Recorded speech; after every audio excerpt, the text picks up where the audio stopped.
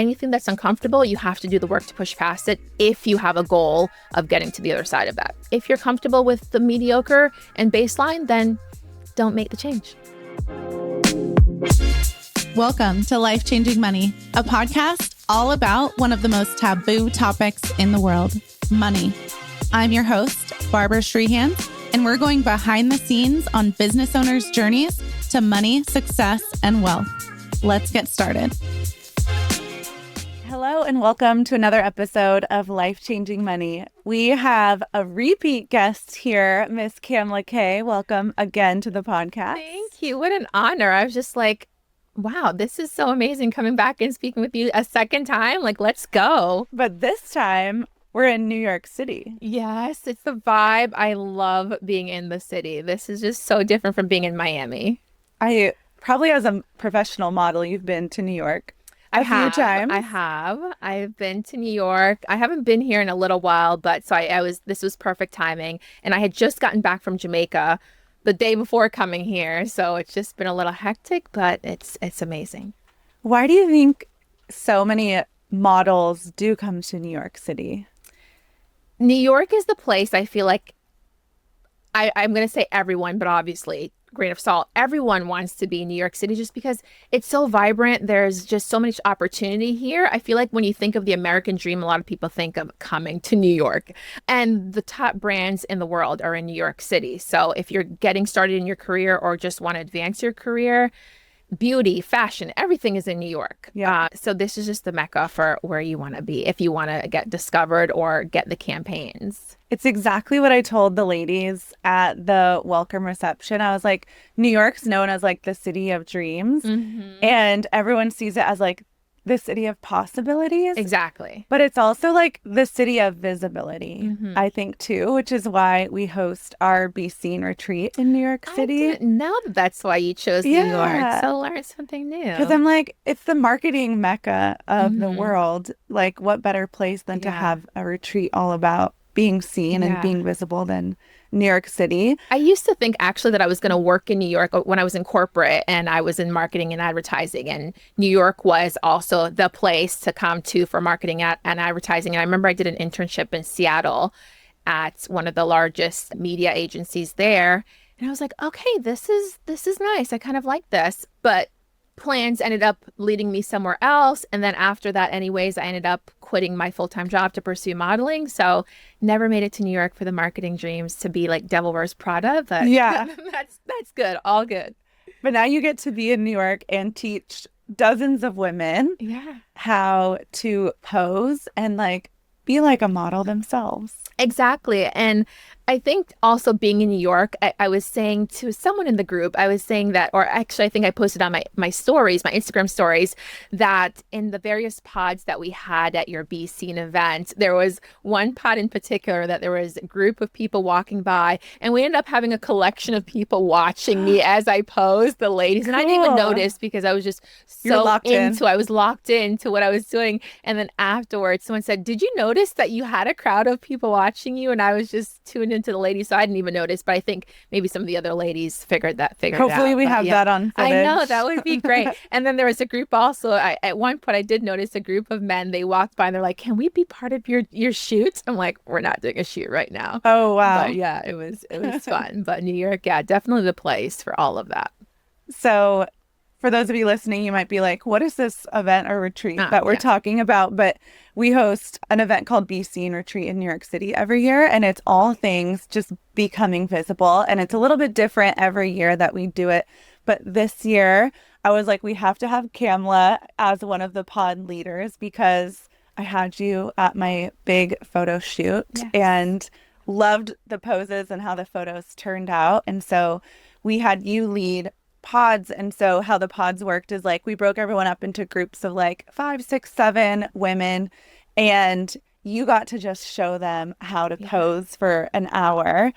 And I'm wondering, like, what are the common insecurities that you see? Oh my gosh. So common would be number one. People always say, what do I do with my hands? Yeah. So that's a big one. And then also they feel like even if they're moving their body, they feel like their shoulders get stiff quite a bit. And before the conference, I confessed to them, I was like, I stalked many of your Instagram pages because I wanted to see what they typically were their doing baseline on camera. Right. And I noticed that a lot of the photos, they had the tight shoulders. So their arms were stuck to their body and lifted up, which tends to happen when you're posing and you're not sure what to do. It's very unconscious. And so one of the tips that I gave them was shoulders need to be back and down. And then also a lot of the ladies, one of their concerns was under here, like when they raise their arm under here and it looking wider, right? So when you are so tense and tight on camera and your shoulder raises up, your arm tends to press against your body. That's going to make it look wider just by doing that. So you want to always be mindful of having a little bit of separation in the arm. So it doesn't have to be dramatic depending on the angle, the pose, all that, but you never want it stuck against your body if you're worried about how the arm is going to look. Give a little separation. It's going to make it look more flattering. So that was one of the things that they were like, please show me how to fix this arm and my shoulders. But I'm doing it as you're saying it. It feels very active. Is it for you too, or you're just so used to it? Like, well, I'm like, oh, I need muscle there to do it. Right. So in a lot of ways, things have gotten more natural for me, but also I do have to sometimes remind myself. So I think that's the big misconception with posing is people are like, they'll come to me or they'll make comments. They're like, oh, it's easy for you because you're a model. And I'm like, no, I actually spend time still perfecting my craft. Like I sometimes still go in the mirror and I adjust my shoulders and I adjust my face and all of these things, because also just naturally as we age, our bodies slightly change. Like we may not love something that we loved before for anyone, right? And so it's still one of those things that, yes, it sometimes feels awkward and sometimes it doesn't, right? Depending on the actual pose. And a lot of women will say too, it feels awkward, but I'm like, sometimes the poses that feel the most awkward look the most amazing on camera. So go for it and see what happens. And then you can make the micro tweaks as you go. Okay. So shoulders, hands. Yeah, I would say that those are the biggest two. People also talk about their stomach area. So I would say actually those would be the top three from the pods like yesterday. So hands, shoulders, and tummy area. So one of the ladies in particular, she was like, okay, so I'm fuller. She was fuller in the hips. And she's like, how can I make my stomach area seem like it's a little bit more curved in and flatter, right? So we walked through that. So there are a few different ladies that had that concern. Yeah. And so one of the awkward tricks, it's a little bit harder to do it when we're sitting, but it's really when you're standing to make sure that you push your butt backwards and you're tightening your stomach. So it is a workout. Ladies, it's going to be a workout.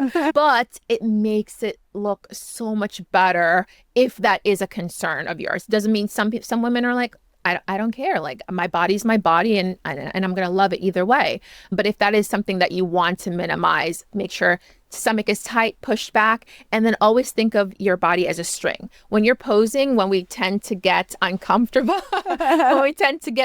or even when we settle in, we naturally start to slouch a little bit, right? And in photos, especially if you're unsure, shoulders may tighten a little bit, right? So we're thinking shoulders back and down and a string that's pulling you up. So elongation. It's always about how to elongate your body. I heard you say something that probably would make a lot of women so uncomfortable, and that's you look in the mirror and you look at yourself posing and like tweak it. But some women won't even look in the mirror. Right. They're like uncomfortable doing that. You know, I love that you brought that up. So it wasn't that specific topic or thought that came up yesterday, but one of the ladies was saying that when she was growing up, her mom would tell her that she had a really big forehead and that something about her smile. And all of us looked at her quite honestly, we're like, most of us have bigger foreheads than you do. Like it was very actually surprising that was one of the things. And so just talking her through that of why also she doesn't love being on camera. But it made me think about in acting classes. I tell a lot of my clients to take a few acting classes. Even if you don't want to be an actress, if you don't want to be a model, still take acting classes because it forces you to push yourself beyond those boundaries of what's uncomfortable, right? Ooh. So in our acting classes, before we start our session, so I take acting classes for professional reasons, but I also initially signed up for acting. Even though I was a model, I was like, I don't want to be an actress. Like, I do TV commercials. I know enough about the acting to book the TV commercials I've booked. Print work, I don't necessarily need my acting skills.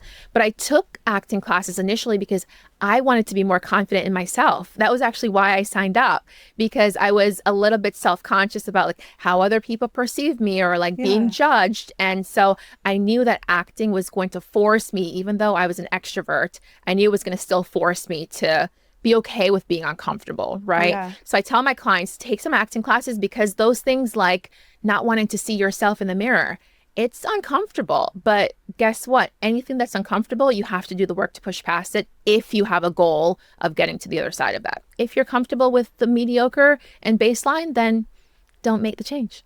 So in acting classes, they film it and you have to rewatch it. Yeah, so in my particular class, obviously a lot of them are different, but a lot of them, yes. So they'll film it, and sometimes as a class, we watch the replay back. Our coach will send us the videos, and yeah, we have to sit there and think, oh my gosh, I don't like how my voice sounds. I don't like how this looked. And that was one of my things. I was like, I don't like how my voice sounds I don't want to hear the replay back. So I had to move through that as well. So do the work. Such a good point though on like going back and watching. And I said this to a couple of the ladies during the retreat as well. They'll host like master classes, or they have a course just like you do. And I'm like, have you ever gone back and rewatched it? Yeah. And I will say it was one of the most uncomfortable things I've ever done. Mm-hmm. But now we can go back to master classes and see like, when did people start buying? When did people drop off? Yeah. When did sales spike? Like, what did I say in that moment? But not just like what I said. What's so important too is like what comes through on the camera. And so I know it's not necessarily posing, but in photos, do you have recommendations for like emotions coming through?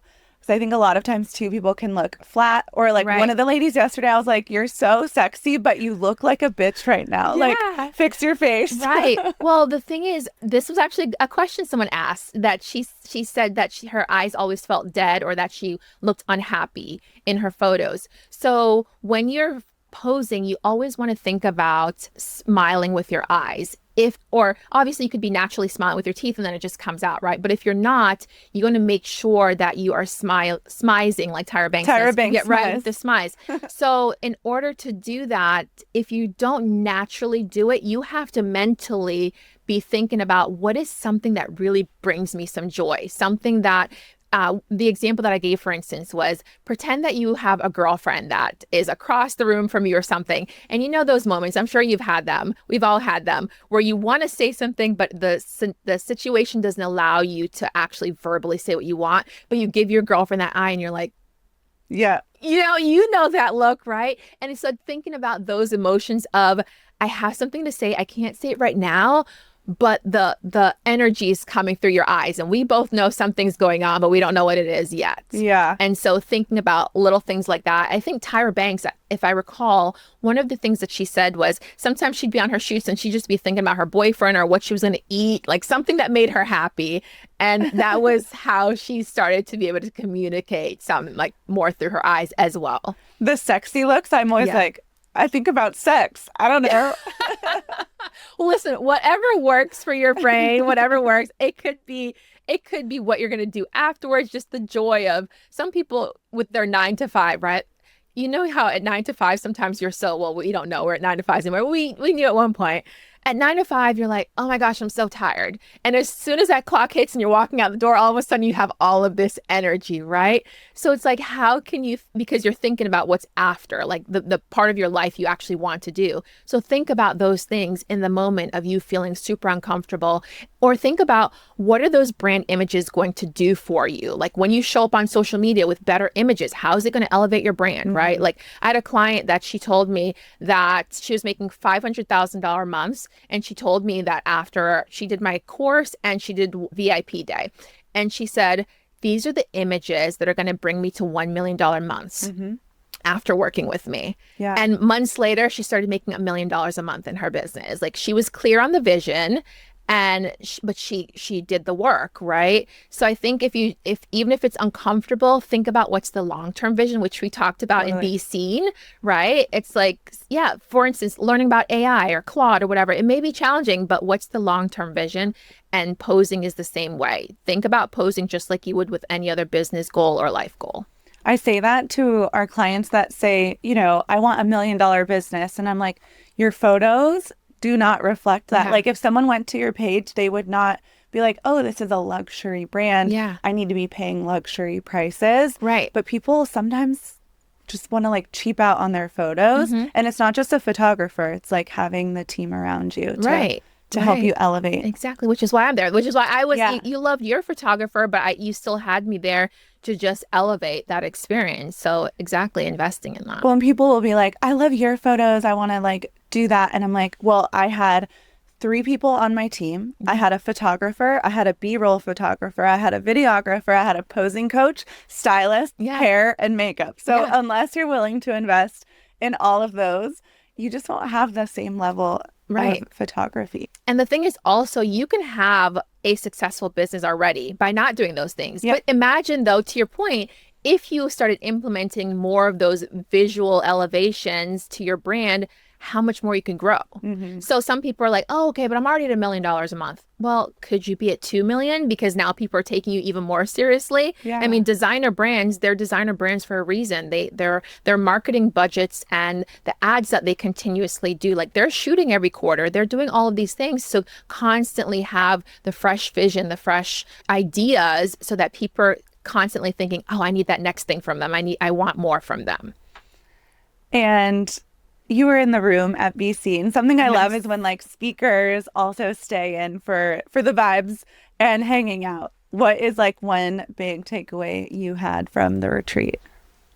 Oh my goodness, there are so many. You had amazing speakers as expected. So I would say probably Callan, with just really diving into how to implement Claude into our business. And it was interesting because at first I wasn't going to ask a question, because sometimes, as the speaker, you're like, well, let me let like everyone that's attending ask questions. And when no one raised their hand, I was like, well, I'm going to ask a question after the other ladies did ask. And so just her speaking life into my business and just like seeing the value of what I do, because one of my things, even though, yes, I'm confident, I know I have this great brand, we all have our own things of limiting beliefs, right? And I like to put that out there, because people see me as a model and they're like, oh, you have it all figured out. Like, you're always confident. Like, your life is beautiful. You're beautiful. Like, all these things, right? And I'm like, yes, great. Thank you. I love all those things and I have those things. But there are moments as well where I'm like, oh, is this going to happen? Or is this going to get to the next level, right? And Callan was like, your business is a freaking genius. Like, even when I was coaching the pods, like, some of the ladies actually gave me testimonial videos there, because they were just like, I am blown away by how much I learned from you in just an hour. And yeah, so just all of those things of just the ladies that you bring together, how they speak life into each other and just encourage our businesses and brands, I think sometimes is more valuable than maybe a monetary thing that you get in that moment. So of course, yes, we want the income, but we also want to be surrounded by the right people in the right circles. This group of women was just like so amazing. And to your point, like, they all poured life into each other so much. So I thank you for being a part of Thank you for having me. This year's retreat. And a second pod. I'm so excited. That's what an honor. So where can people find you? Yes. So KamlaKay.com. And I always spell my name because everyone butchers it. So it's KamlaKay, KamlaKay.com. You can get my courses. You can check out my VIP days. And one thing I'll say is, do not wait for your brand shoot to do a VIP day, because when we do a coaching session prior, you come into your brand shoot already having at least some foundational things. So at least when we're on the brand shoot, yes, I'm going to still be posing you and doing all of these things, but it just really helps to elevate the process for the client and then for the entire team, for things to just be more streamlined. So of course, you and I, like, when we just met and it was just in time for your brand shoot, right? Yeah. But I encourage people to do the VIP day and then the brand shoot. Amazing. So it's both. Highly recommend. Yes. Thank you. 10 out of 10. Thank you for listening to this episode of Life Changing Money. Don't forget to subscribe, and I would love if you left a review and shared it with your friends. See you next time.